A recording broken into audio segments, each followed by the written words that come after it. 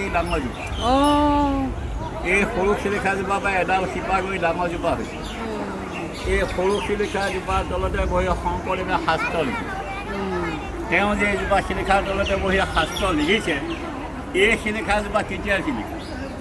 তেওঁ যে বহি শাস্ত্ৰ লিখিছিল, এই শিলিখাজোপা ক'ৰ পৰা আহিছে? বহুত ডাঙৰ কাৰণ। তেওঁ কৈছে চালোঁ। চালে হ'ব জানো? তাক জানিব লাগিব। জানক, এই শিলিখাজোপাৰ তলত বহি যে শংকৰদেৱে শাস্ত্ৰ লিখিছে বুলি মই কৈছোঁ, শাস্ত্ৰ লিখা কিবা এটা প্ৰমাণ থাকিব লাগিব নহয়। মই ক'লেই নহ'ব নহয়, হয়নে নহয় বাৰু? শাস্ত্ৰ লিখা প্ৰমাণটো শুনকচোন।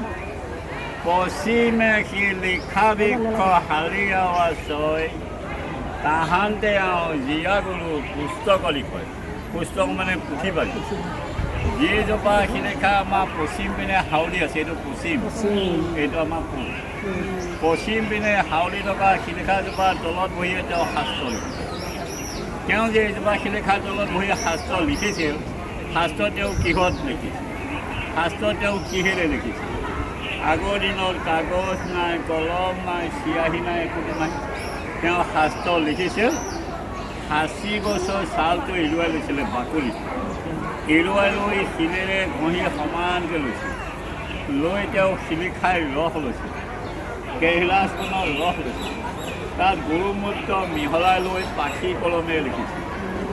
গৰুমূত্ৰ কিয় মিহলাইছে? আমি সকলোৱে জানো গৰু কৃষ্ণৰ বাহন, আৰু এই শিলিখাজোপাই হৈছে ভগৱান শ্ৰীকৃষ্ণৰ মুখৰ ফল।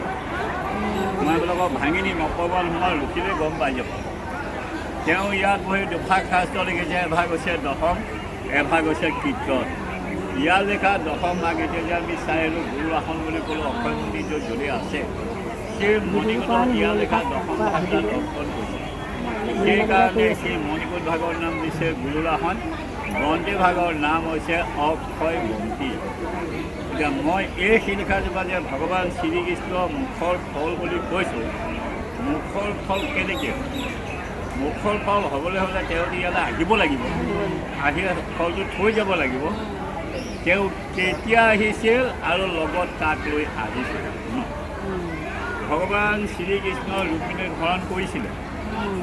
ৰুক্মিণীক হৰণ কৰি তেওঁ যেতিয়া কুণ্ডিলৰ পৰা দ্বাৰকালৈ যাবলৈ আহিছিল, কুণ্ডিলৰ পৰা দ্বাৰকালৈ যাব সময়ত আমাৰ য'ত আকাশী গংগাখন আছে, আকাশী গংগাৰ মাজত এজোপা বট বৃক্ষ গছ আছিলে, বট গছ। সেই বট গছৰ কাৰণেহে ঠাইৰ নাম বটদুৱা। বট গছৰ তলত ভগৱান শ্ৰীকৃষ্ণই দ্বাৰকালৈ যাব সময়ত ৰুক্মিণীক লৈ নামিছিল আৰু বহিছিল।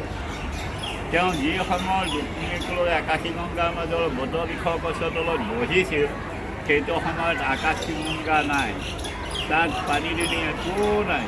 সেইখন শুকান এনেকুৱা বাকৰি আছিলে। কিয়নো ভগৱান শ্ৰীকৃষ্ণ হৈছে দ্বাপৰ যুগ, আকাশী গংগাখন শংকৰদেৱে নমাই আনিছে কলি যুগত। কলি যুগৰ পৰা দ্বাপৰ যুগলৈ 600 বছৰ অধিক। সেইকাৰণে শিলিখাজোপা বয়স 600 বছৰ।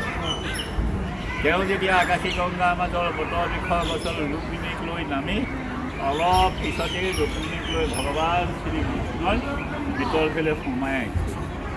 তেওঁ যেতিয়া ভিতৰ ফালে ৰুক্মিণীক লৈ সোমাই আহিছিল, ভগৱান শ্ৰীকৃষ্ণৰ মুখতে এটা ফল লৈ চুবাই চুবাই আহি আছিল।